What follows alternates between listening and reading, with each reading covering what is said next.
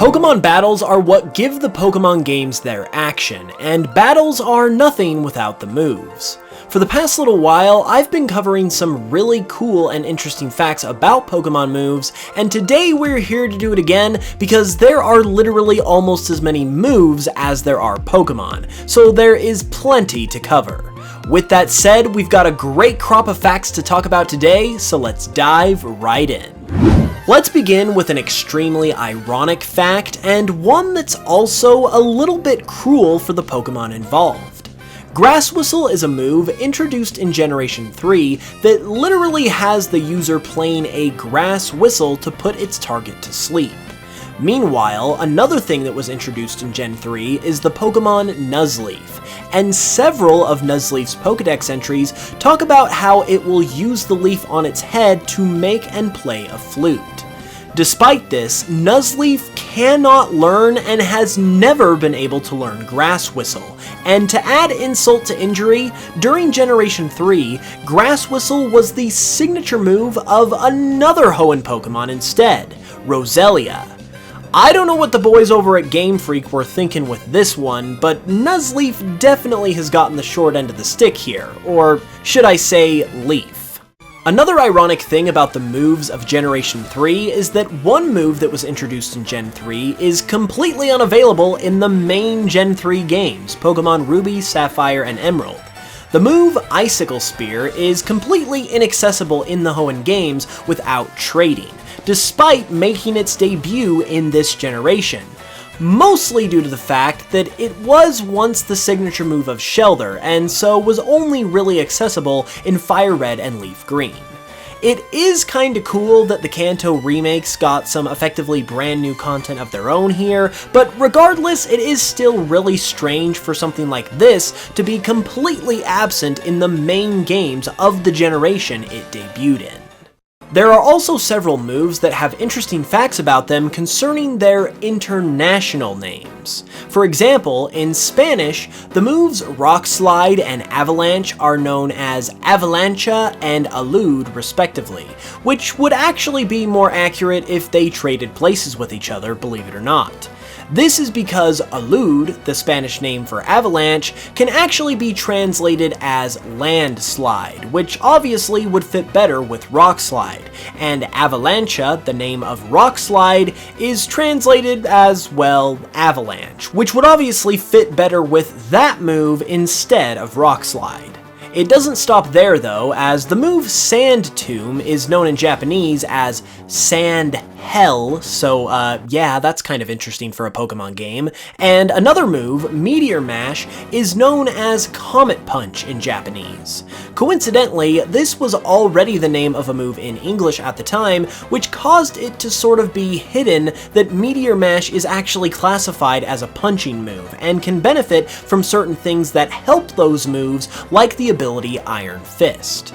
Finally, the Dark-type move Night Slash is Dark-type for a very good reason, and it has nothing to do with it having night in its name.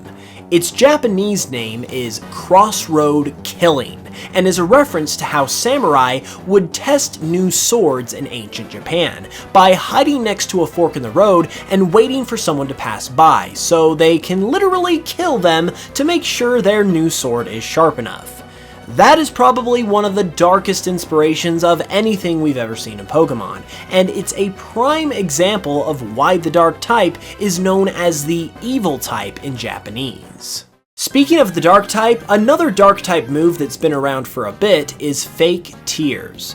It was also introduced in Generation 3, and I guess they were just really filling the irony with the Gen 3 moves at the time, because despite Fake Tears being a Dark-type move, not a single Dark-type Pokemon could learn this move until the following generation in Pokemon Diamond and Pearl.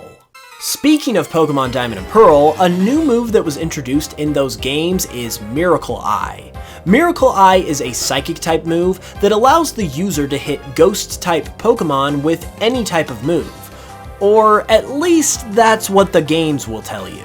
Despite this being the description of Miracle Eye in Pokemon Diamond and Pearl, the move doesn't actually do this at all. Instead, Miracle Eye will allow you to ignore any increase in evasiveness that your opponent has applied to itself, and will also remove a Dark-type Pokemon's immunity to Psychic-type moves if used on a Dark-type. So it doesn't actually do anything close to what it describes in-game, and this is most likely due to a little bit of laziness on the part of the developers.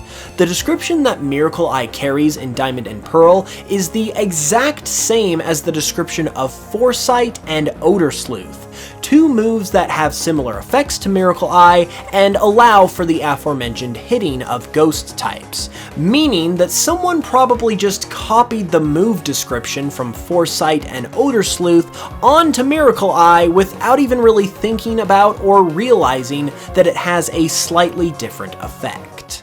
Another move that was introduced in the Sinnoh games is Brine. Brine is a water-type move that gets stronger the weaker its target gets, doubling in power if the opponent's health is at or lower than 50%.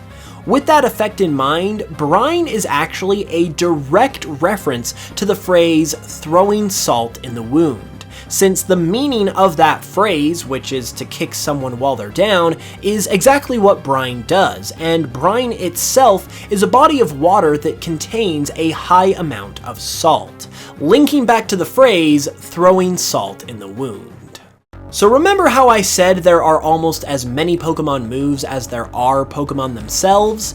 Yeah, well, while that is true, the moves aren't necessarily as memorable as the Pokemon, which means even if you play Pokemon all the time, there are probably some moves that have slipped right by you that you have never heard of before. For instance, have any of you ever heard of Rock Wrecker, Sharpen, which has been around since Generation 1 by the way, Celebrate, Hold Hands, Reflect Type, Triple Axle, Morning Sun, Noble Roar, Shore Up, Baneful Bunker, or Burning Jealousy? These are just a few of the more obscure moves that are out there, and most of them aren't even new moves. They've pretty much all been out for a while. In fact, in the case of Hold Hands, you've probably never heard of it because it can only be obtained via event distribution, and on top of that, it doesn't even do anything.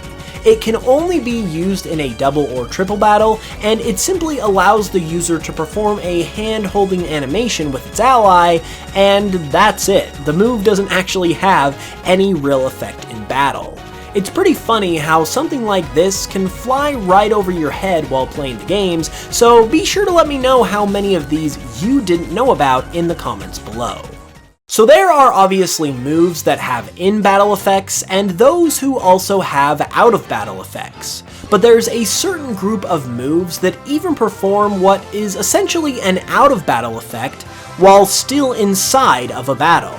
In Pokemon X and Y, a very under-the-radar mechanic was introduced called Natural Objects, which placed certain objects on the battlefield which can actually produce various items if they are hit with the right moves. For instance, the moves Air Cutter, Twister, and Blizzard can actually allow you to knock down berries from berry trees when you use these moves in a wild battle where a berry tree appears. Additionally, the moves Hyper Voice and Rock Slide can produce items when used on things like rocks, ice, snow, and sand that appear on the battlefield. Meanwhile, using Eruption, Heat Wave, or Lava Plume on a round rock will produce items, using Muddy Water, Surf, or Water Spout on a thin rock will produce items, and there are even moves that can be used on tall grass in the battlefield, as using Petal Blizzard or Razor Leaf during these battles will yield items as well.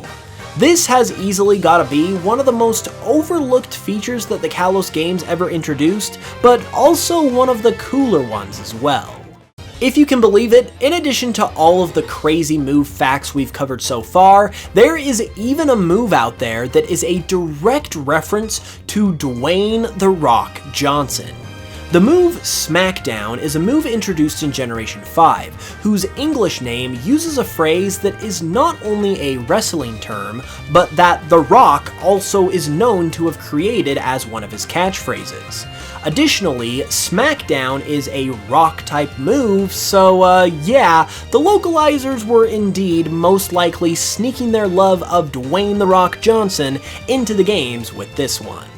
Next, we've got some more ironic facts, and these might just be the most ironic of them all.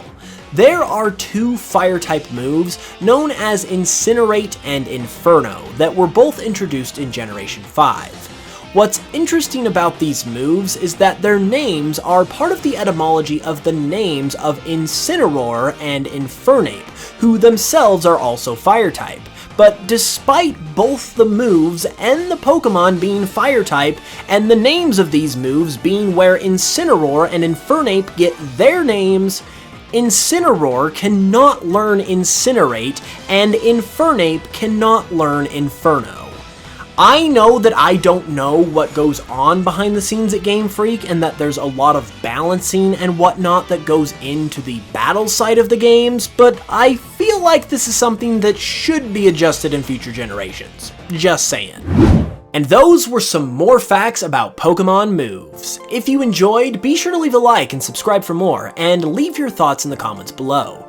You can also further support the channel by listening to my Pokemon remixes on Spotify, watching my Pokemon Cardinal series here on YouTube, and I've even got a new album of remixes out there on all major streaming services. And for every 5,000 new listeners I can get on Spotify between now and the release of Brilliant Diamond and Shining Pearl, I'm gonna give away a copy of the games, so be sure to check that out and support the channel, while also giving yourself a chance to win a free game at the same time. With that said, I will see you all soon with another video, and until then, as always, I love you guys, thanks for watching, and I will smell you guys later.